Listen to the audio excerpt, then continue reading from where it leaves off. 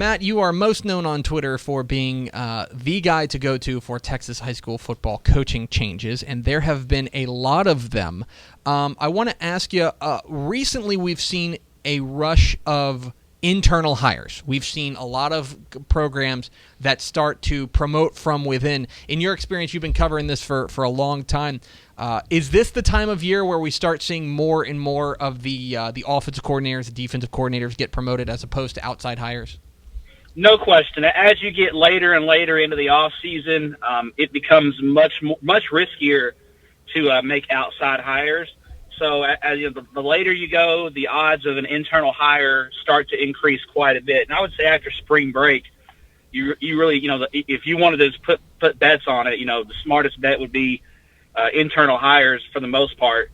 You'd probably, if you went to Vegas and gambled on that kind of thing, you'd probably make a little bit of money because generally speaking, it's going to be internal hires, especially after spring break. And we are getting close to spring break. So, but you're starting to see that trend start to trend back the other way. Whereas, January, late December, those hires are generally outside because those guys have time to transition their program and coaching staffs into place. You mentioned spring break. Is that kind of, for you, an internal, like a line of demarcation as far as if you have a coach in place by spring break, you're okay, and anything after that? When for you does the kind of alarm start going off, like, okay, that job's still open, that may have some impact heading into this season? Yeah, spring break is kind of the very first kind of late cutoff. When you get after spring break, it's officially late in the off season, in my opinion. Mm-hmm. So that's your first cutoff. Then, tax day, April 15th, you start getting past that, and you're real late in the process, and you really start to, especially at the bigger school level, because if guys are planning on doing spring football, you get after April 15th, it's really hard to really have spring practice. You start having to really make some adjustments as far as that goes. Smaller schools, you can, April 15th is late, but you can still make it work because you don't have the spring football cloud hanging over your head, so to speak.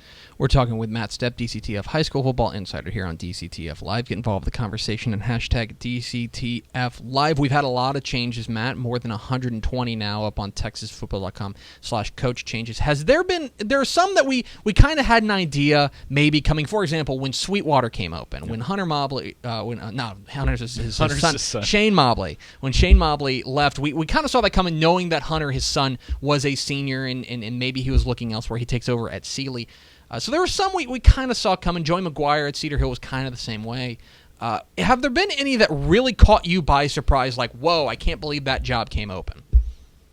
Grapevine for sure. I know you guys touched on it when Randy Jackson left Grapevine, and it's not so much that he left Grapevine as far as he left Grapevine for North Forney, a job that many would say is probably not as good of a job as Grapevine.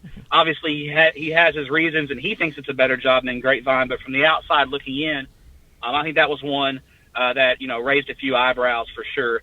I was a little surprised on Friday that Jasper let Coach Barbe go. That one kind of was a little bit out of left field. I didn't think that anything. I thought he had done a pretty good job with Jasper, a consistent playoff team. I think one year they made a run pretty deep in the playoffs to the quarters. That one was a little bit. I kind of was like, that raised my eyebrow for sure when Coach Barbe was let go at Jasper just on Friday, actually. Yeah, that one kind of came out of left field a little bit as well. Let's talk about some of the jobs that are still open. We mentioned that Cibolo Steele's gone off the board as well as a few other big ones. Beaumont Westbrook has made an internal hire. Are there any jobs that are still open that you are particularly looking at, like, okay, here is a big job that's still on the market that that there's going to be a move to be made? Yeah, there's four that I think right now really have I've got my eye on at the moment, and I believe two of them should be hiring, I believe, this week. The first one is Texas High. I believe a hire will be made tomorrow on that.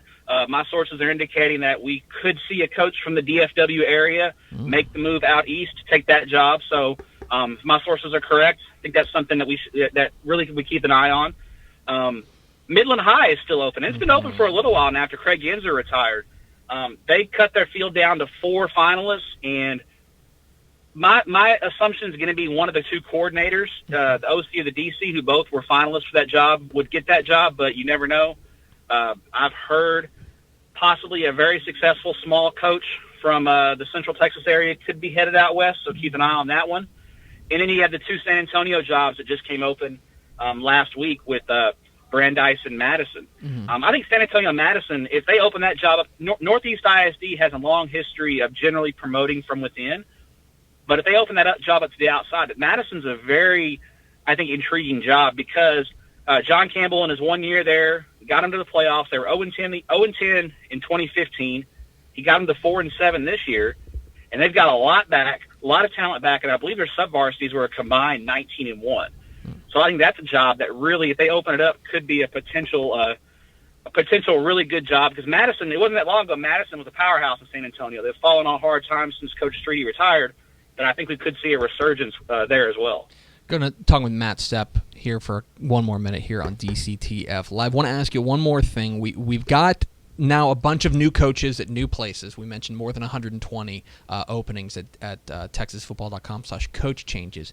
Is there one coach that you see moving into a new job that you are particularly interested in saying, okay, this guy could really succeed in year one, heading into 2017? Is there a coach or two that you've really got your eye on heading into 2017? That's a good question. I would say right off the top of my head, I'd go with Jay Northcutt at Wolford Friendship. I think, he was the OC at Saxe. He's a Plainview native. He's got ties to the area.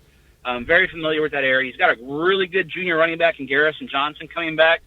And Friendship, they're not used to being down, so he's a really dynamic offensive mind. And I think if he can really insert some energy into that program, I could really see Friendship making a move back to near the top of District 2-6A. So that's one that for sure I'm keeping my eye on. As far as new guys and completely not just coordinators who got promoted, but guys from the outside who came in and got a new job. I think that's one that I'm really keeping my eye on for sure.